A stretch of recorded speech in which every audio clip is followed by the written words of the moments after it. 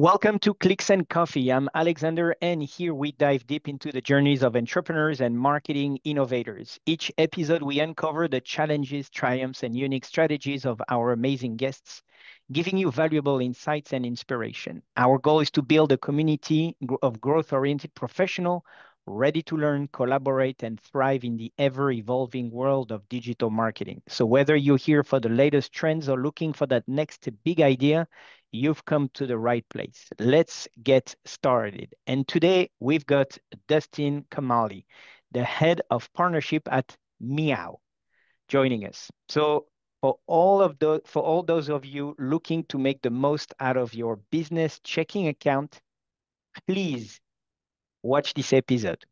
Dustin, thanks for being here. Alex, great to be here. Thank you for having me on. So, before we get into the weeds of everything, can you tell us a little bit about your career journey and how you got to where you are today? Yeah, absolutely. I want to say around 2 years ago, I was working for a company called Brex.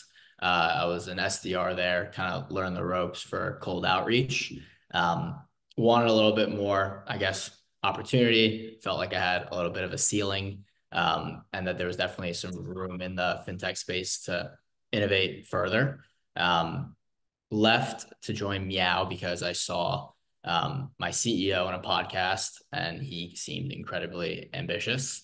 So yeah, here we are. Here's the proof that podcasts actually do something. So yeah, the I guess the thing that kind of got me was his ambition. They had just raised a Series A, which obviously helped. Kind of get some social proof in there. It was led by Tiger Global and QED, Lux Capital, a few other major investors. They raised about 30 million and he was extremely lean. Like some of the things he said on the podcast were like, everybody should just have like a little bit of overload in work, right? A little bit more work than they're comfortable with. And these things kind of just really resonated with me. Again, just the level of ambition kind of matched the intensity I had. I was working for Brex while I was in college. So I kind of wanted something that had like a bigger component to it where I played a little bit more of a role. So joining at Series A was probably like the perfect time to get involved with the company. We had just launched like one of our newer kind of traditional finance products through a partnership with a major bank, an infrastructure partner.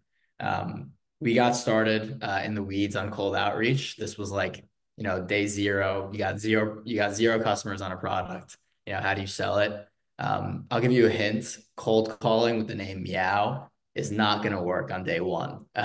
People are going to laugh in your face.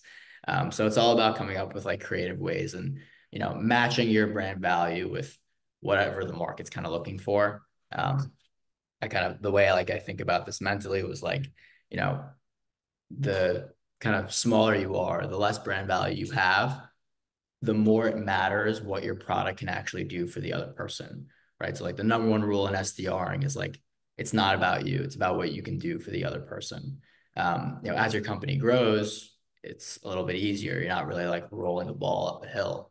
And Um, so before we get too much in the weeds on like, how do you, market your business and get your clients, Meow, as you said, the name. And I think the first time we talked, I was like, who is this guy? It's like, what kind is like feline conference or what is that product? So can you tell us a little bit about Meow? Because, when you hear about it, it's cat. How does that relate to finance? Yeah, the sales stuff is boring. What's up with Meow? Why are we called Meow? I'm gonna be honest. I don't have the best answer for you. But what I can say is that, we're in a very competitive space. There are a lot of players. Everybody's a little bit differentiated, but I think Meow is one of our best differentiators outside of the product. That kind of makes us like stand out a little bit. I've never had somebody forget the name. It's kind of just like high dopamine, doesn't really mean anything specifically about the product. So we can kind of be like anything we want. Yeah, just high dopamine, no ceiling to the name, doesn't confine us to one thing. And the shirts are super soft and they look great. And but what is Meow exactly? What is the company? Does the company do? Yeah, we're a business banking fintech. We're not a bank. What we do is we partner with banks across the country. You know, they can offer some level of like banking services or products on our platform. And what this does is you get a better interest rate on things like a checking account as opposed to going directly to that bank. So, we're kind of like the economies of scale in the situation. You can manage everything from our platform, but everything is happening at the bank. We are never in the flow of funds. So it's like almost like a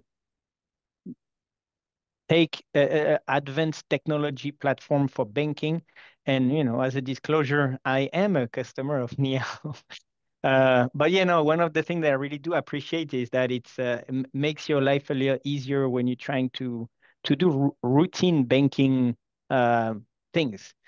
Just like getting your checking and a routing number, account number, or like a verification letter or things like that. All the routine stuff is also very easily um, accessible, organized. So I really, really appreciate it.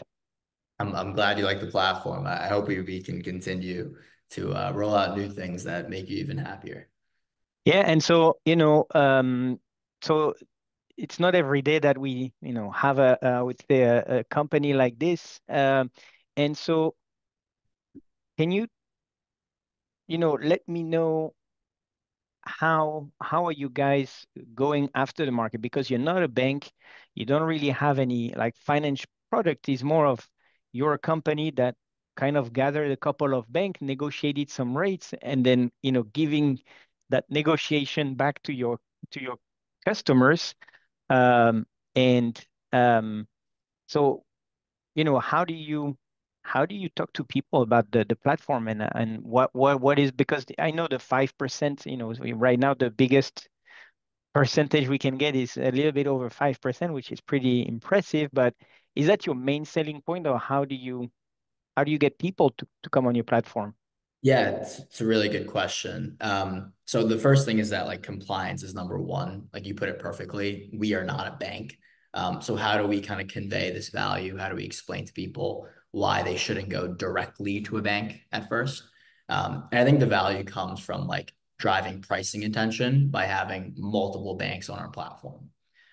So compliance is number one, being transparent and upfront about what we are and how we do it, as well as like the transparency that we provide on our actual dashboard. But you know, the way that we kind of convey this value in a saying we have is that you shouldn't sell features, you should sell outcomes. So if I were to say 5% of your checking account, yeah, it does mean a lot. The product does sell itself. It's a really good product, and that's not a testament to me. But what's better is to actually convey what that 5% interest on your checking account can do for your business, right? So can it improve your bottom line? Can it pay for an engineer, right? So these types of outcomes are going to translate a lot better for you psychologically and will kind of incline you to make a switch. You'll understand, hey, I can spend 15 minutes getting my, operations or my checking account moved over from platform X to Meow because I will be able to hire that engineer or double down on my Google ads, or whatever it is that you're trying to kind of propel forward in your business. So it's really, the idea is to basically say, with those 5% or whatever percent people have, that will free up some cash to allow you to improve your business, grow your business, and keep growing. Yeah, and that's just one way to put it. That's we didn't like reinvent the wheel there. Tons of our competitors can also frame their products in that sense. I think the most important thing is to, well, A, deeply understand your customer. I just blurted out like engineer because like engineers are great, right? Why wouldn't you want an extra engineer? But you need to understand like what's going to resonate with your prospect. So having a really deep understanding of like what your business is, what's going to take you to the next level. I think that's the most important thing. Me understanding you and what is going to change for you if you were to invest the time to, you know, move things over. And so you were saying right before, that, you know, you arrived in the company pretty early on and your goal was to really get customers or clients, and that cold outreach saying, I'm Dustin from Meow was not a very successful. So, you know, you still got a pretty good amount of funding because we heard the number. So how do you structure outreach when you are funded, or how, you know, what was your allocation for marketing, and what have you tried, and you know, where are you guys today in growing? Because the point is, I guess, is to get as many people as possible on the platform, so you can grow the company. So it's really about getting people to use the platform today. Yeah, I would say as far as like, customer acquisition strategy, it definitely changes over time. In the early stages of the company, you have virtually no social proof other than who our investors are, right? Maybe like those first few customers you can name drop, but how do you even get to like customers one and two? Um, I think the most important thing is to leverage your warm network to get those first few. That's at least what worked for us, right? The people who know you through other people and, even going and seeing them in person is going to increase your chances of convincing them that your product or service is better than anything else that's out there, or it's going to be, and you want to sell them on the vision of the company rather than what you can actually offer today. And that strategy even plays into, Meow today. I do believe that we have product and services that are ahead of the rest of the market, but talking about the company and the vision for it is going to go a lot farther than just the products or just the features or the outcomes of those features today. Um, so the early stages of the company was just getting those first few customers.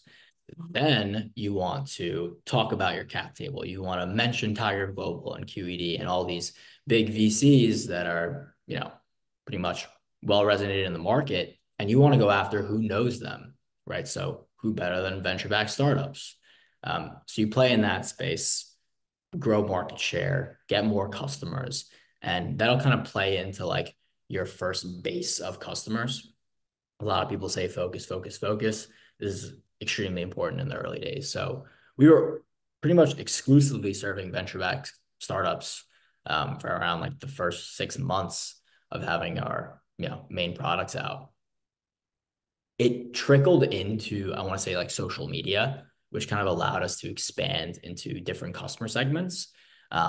Once we realized that we were gaining traction in a few, like real estate, small business, especially through like acquisition, and a few other like, maybe like bootstrap tech startups, we realized that if we can deeply understand those different customer segments and go about talking to new people in whatever way that resonated with that specific market. So again, understanding your customer, you'll be able to gain traction in multiple markets at the same time.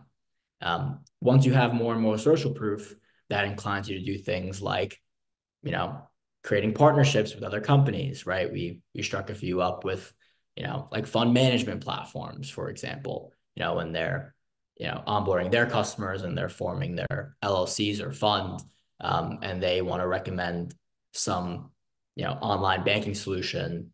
They might want to go with a fintech like Meow, right? Not a bank. And they'll list Meow, maybe some other options. So there's tons of like channel partners that you can go to. We work a lot with accountants and CFOs.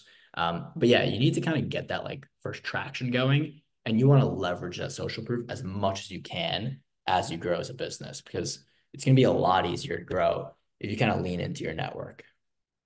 So it was very interesting. So your idea, it was to have a very, very narrow ICP, so ideal customer profile, and then from there, try to get these people and then see how you can expand, I would say, that, or maybe target different ICPs, and then from there see where you're working. So, you know, we always say you can only improve on something you can measure. So how do you measure? Because you said it yourself. Yeah, we saw that it was working, but you know, how were you monitoring, I would say, that success? Yeah, I would say it's great to be data driven, and we try to be. We could definitely do better, but intuitively, if you're dealing with multiple customer profile types or multiple ICPs, like for example, we're conducting outbound to real estate customers. We are also conducting outbound to venture-backed startups. Like intuitively, I know that real estate folks are a little bit happier when they get cold called than like a startup founder. So there's different ways that you can kind of go about like outreach. The messaging itself is different, but even just the form of outreach, right? We even saw like things like generic trends that like maybe email deliverability kind of struggled for a little bit. I'm sure you've ran into this before. So leaning more into social media and trying to get customers through whether it be like warm outreach or leveraging posts of our customers applauding us on social media platforms. um, you kind of just like navigate different trends that are constantly changing. So I would But say once you like, would get a good like a good feedback, how would you say, okay, let's double down on real estate or let's double down on this? How would you measure that success of the outreach? yeah, I would say through a couple of ways. If we got like some real estate customer posting about us, we're gonna want to just exhaust that as much as possible, with like no limitations, right? Like we don't even look at the scoreboard. It's kind of just like figure out who saw that post, who commented on it, um, who might it resonate with, maybe send it to them. If we're already talking to somebody, and they haven't really made the time to move over yet, or they're unsure, you send it to them. So you kind of just leverage it in any area possible. As far as monitoring like these different customer segments, we have like different reps that focus a little bit more on some rather than others. And that if they're producing the same volume in two different customer segments, and one is seeing increasing marginal returns while the other is seeing declining or maybe stagnant, might make sense to move somebody over and have both of them go after the one that's kind of producing a little bit more results. But that's set to change in a few months, right? So you're constantly kind of like reallocating resources, um, but making sure to compound in every single market without really like, scratching what you've done. Okay, I see what you mean. And how do you measure this kind of success from the reps? Is it the amount of funds that are being, added to the platform or the amount of customers? Good question. We focus on the sheer volume of activated customers. We care about having folks use us for the long run. We want them to connect their payroll software or send out distributions to their investors from their checking account through Meow's partner banks, right? So we want to make sure that folks are actually using the platform. The more folks that use the platform is our North Star metric. Okay. Assets on the platform are going to increase over time as you do this, but we're very focused on volume of customers that are using the platform on a daily basis. So it's not even just about the customers that are subscribed to it, it's like how active they are. Correct. Right. So we want to go after those customers and those segments that are going to introduce new customers who are also using this platform. The more somebody uses the platform, the more likely that we'll be able to roll out new products that they're going to love and delight them on a daily basis. And that'll eventually carry over into their own network. And hopefully comes with referrals. And today, what is your, I would say, biggest pain point for, onboarding a potential client? Yeah, we see one of our biggest problems being like folks have lending solutions through other, platforms or, banks that kind of hold them to keep cash in that account. Mm-hmm. And they either can't or it doesn't make sense to open a new bank account. Um, through one of our partner banks. That's one of the biggest ones as of today. So maybe that would be a lending We'll we'll have to, lending. we'll have to see if we do anything about it. Okay. And then, you know, I've we've interviewed, people at different levels, I would say, in their business. Um,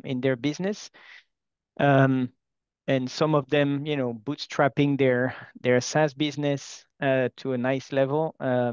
It seemed that it was a lot more organized. So, having that and the type of product that you have, what are your channels of communication and acquisition for Meow? A lot of email. Um, at this point in the company, we are doing cold calls as well. Because if you can pick up the phone and name drop a company and they happen to know a friend that might be using us for one other business, or he's just seen our name on social media, then we'll lean into that. But a lot of social media platforms, cold calling, email, pretty much anywhere where we can really go.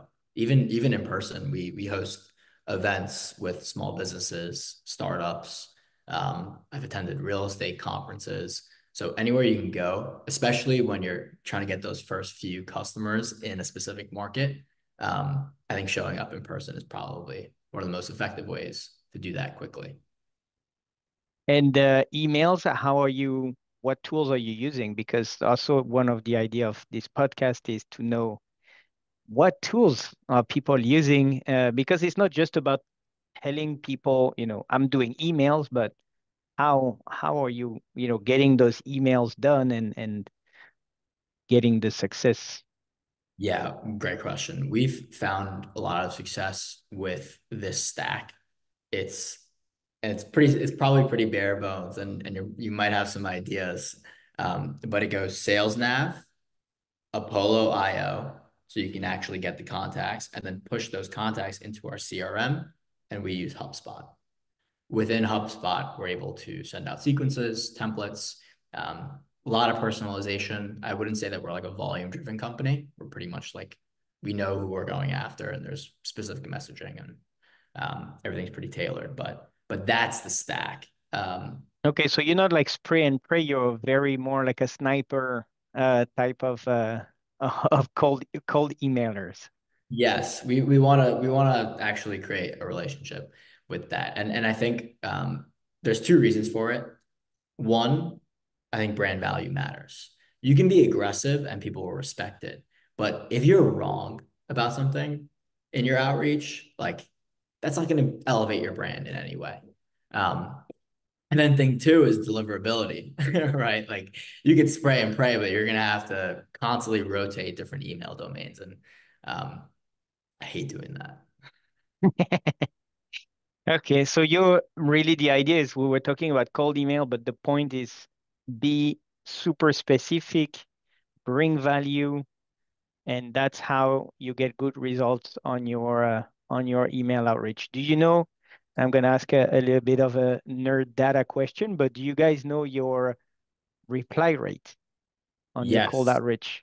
yes, we do. It's around 10%. Oh my goodness, that is impressive. Thank you. Thank you. That is very impressive. 10% is extremely good reply rate on cold outreach. The 10% may not be based off of all emails. It might be based off of the either read or delivered emails. I believe it's delivered. There, we have a software that tracks which emails actually get Or delivered. the open rate maybe. It might be the open rate. Um, Because reply rate 10% is five times more than to, five times somebody that's doing well. yes. Open rate 10% is a little low though. So I'm sure Yeah. maybe it is the reply rate if you guys are very specific. But technically like the rates are open rate you want to get between 40 and 50% of open rates, meaning people that, open your email, take a look at it, and then technically, well, I would say in general, what we see on the reply rate is going to be anywhere from 1.5 to 2, 2.5 if it's really good percent of reply rate. That's Yeah. when you do, high volume. On I the think it's outreach that we do on LinkedIn, we're getting a 10% reply rate. yes. Our emails are about 25 to 30% of our meetings booked. Most of it is coming from social media and warm referrals. But I would say based off of like just sheer like data, the outbound game is also just a very small portion of like what we do. We are currently focused on leaning into our evangelists network and tapping into that. And there are a few reasons why. Um, and the first is with like close one rates. You can book hundreds of meetings a month, right?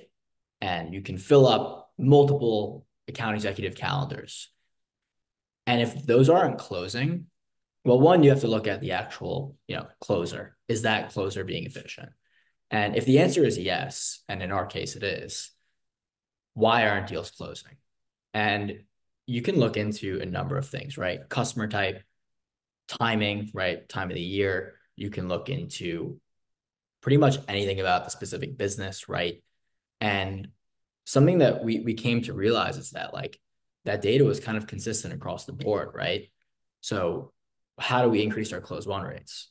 And in terms of efficiency, we see a much higher close one rate with warm referrals. And this is probably true for any business. So over the past 6 months, we've leaned heavily into that type of go to market strategy, right? Channel. So getting warm referrals. So basically, a satisfied customer that would refer a friend. Yes. And accessing your partners' networks in tasteful ways. So being proactive about asking for introductions is one of our biggest like partnership strategies right now. That's how we're booking at this point in time. Most of our meetings is through asking for introductions and in a specific way, right? And a lot of that is through social media, seeing who engages with who. Honestly, understanding who's friends with who, right? We're going after very specific markets. And to be able to do that, if you have like influencers that use your product in a specific market, um, it's going to be like sliding down a hill to kind of sweep up customers in that space. Um, so Or we like say, that tornado machine with the bills. yes, yes, that's the goal. So I heard you say I like to ask for referrals. Do you have a go-to template that works really well? It's specific to each person that we Okay. reach to. Yes. So you So don't have a template. It's really like if you have, I would say like a general idea, but every email that you send is personalized. it's personalized, but we do have templates. The templates are specific to the person that we're asking for a referral. For example, without giving too much information, we have a Well, partner. all about getting secret tricks here. Yes, we have a partner who is a CPA, a lawyer. He's an investor, and he, has a bunch of people in his network and portfolio companies and people he's invested on in deals with, so other investors. So we have a template for him because we know what his level of thought leadership is in that space. So we might say something like, "Hey, um, would you be able to introduce me to this person? Notice they attended this call or noticed they recently acquired this company. Would you like no worries if not, like love to just send them some Meow t-shirts regardless, right? You don't want to be too pushy because you don't really deserve anything. You gotta earn it.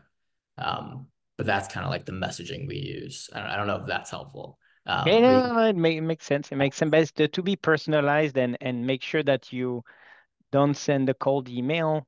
But it is, but you're asking it and with something specific. So, and that's what we hear the most. We hear more and more is how do you how do you become more specific in your cold outreach? And that's actually really what we're seeing right now is like the more generalist you are, the less you get good results, and the more specific, the better results. It's a more work, more annoying to do, but at the end, the success is usually higher. So yeah, totally agree with what you're saying, and I know you don't want to divulge too many proprietary information, but I'll keep asking, nicely. yeah, no, Eventually, please, you're please. gonna slip up. Push me as much as you can. I would love to give as much information as possible without, giving up, some of our, customers that have So, been so kind so to help us out. I have another question because right now, what I hear about your company is that you guys are like in, high growth mode, a lot of pressure because, of course, you have investors, and investors are always, smiling when they give you the money. And then after that is like you better perform. So I'm sure you guys have pressure. How do you foster a positive and productive team culture in this kind of environment where, it's make or break in your case because investors, if it's not working, they're like, okay, we're pulling the plug, and that's basically it.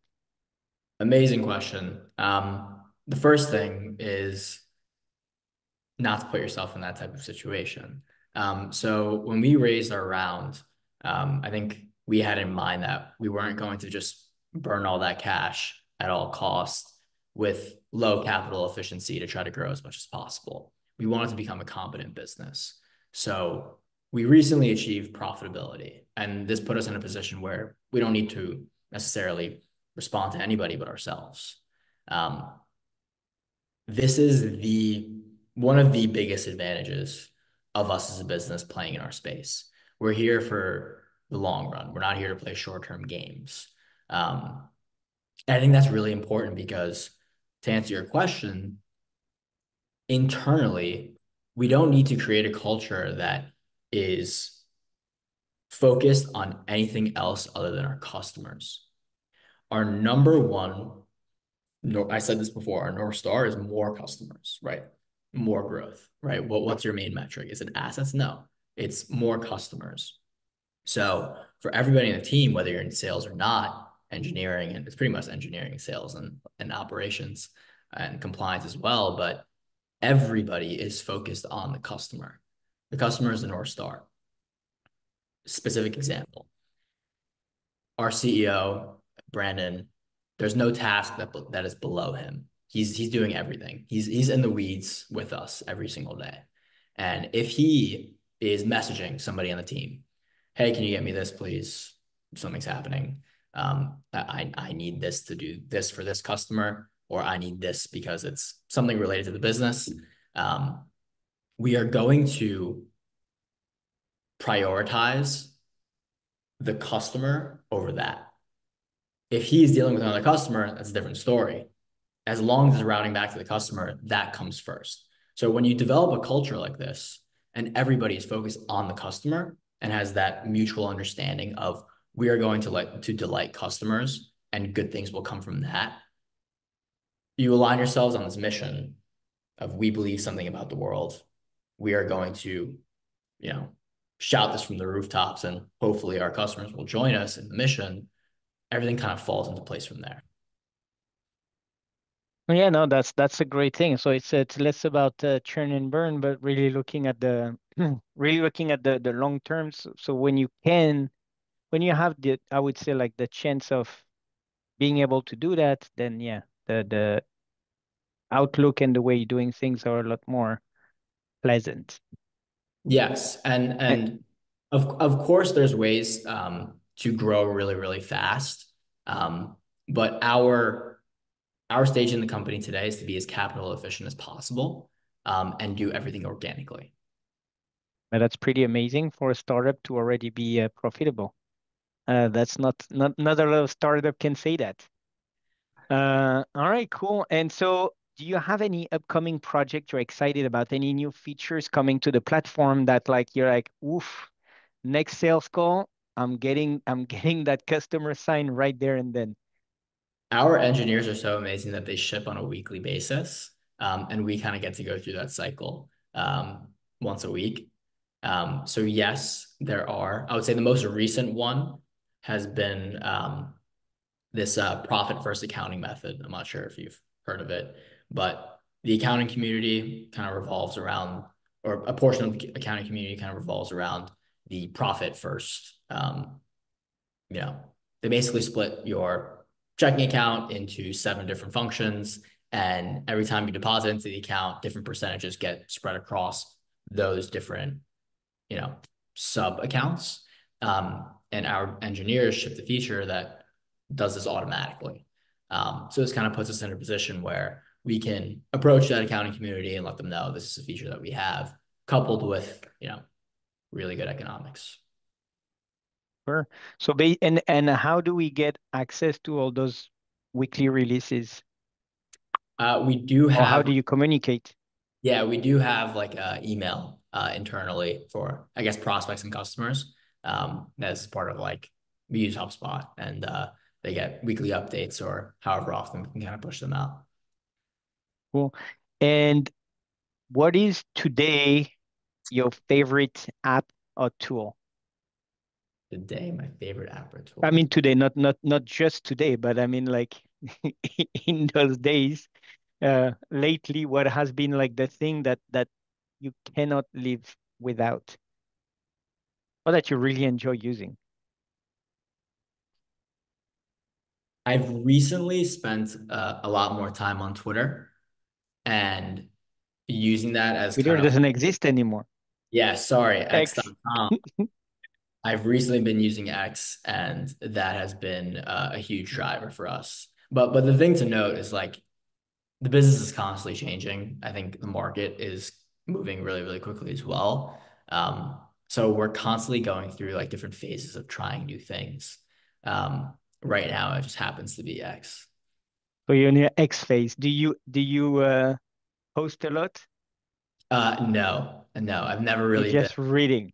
too much of a content creator. I wish I was, um, but a lot of engaging with like other profiles. I guess I'm like silently kind of watching and seeing who's posting about what to see if we can add value in any way. All right, cool. That's maybe something I'll do as well. I'm like you. I've never been a big, Twitter X user, but maybe that's something I should look into. I'm more LinkedIn and Facebook. Yeah, there's definitely a lot of folks in the SMB community, and I know that you're heavily involved in that. They hang out on Twitter a lot.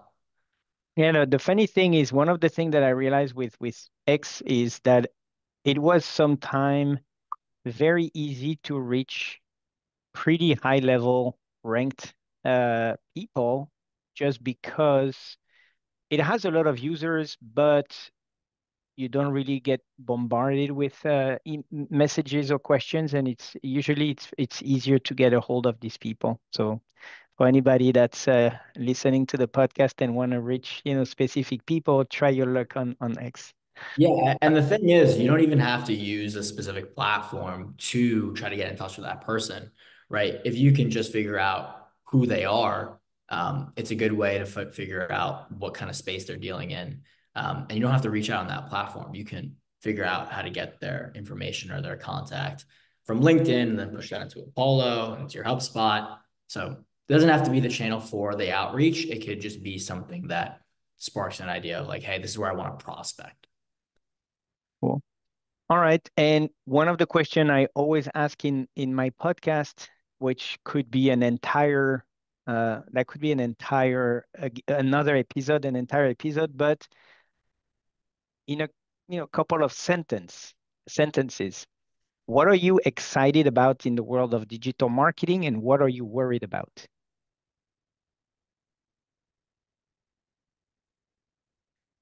I'm excited about it getting more difficult to break through the noise. I think it's constantly um, becoming increasingly difficult to catch somebody's attention. I think that's what it's all about. Um, I'm excited about that because I think it kind of weeds out bots, maybe current like AI.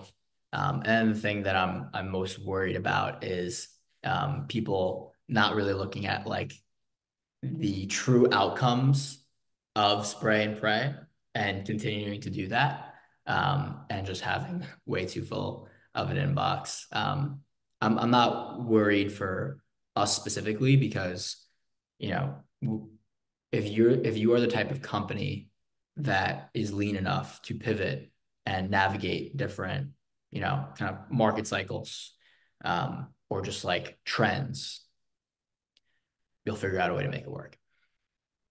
Cool. All right, Dustin, it was a great pleasure to have you on the platform. I really do wish a tremendous amount of success to Meow.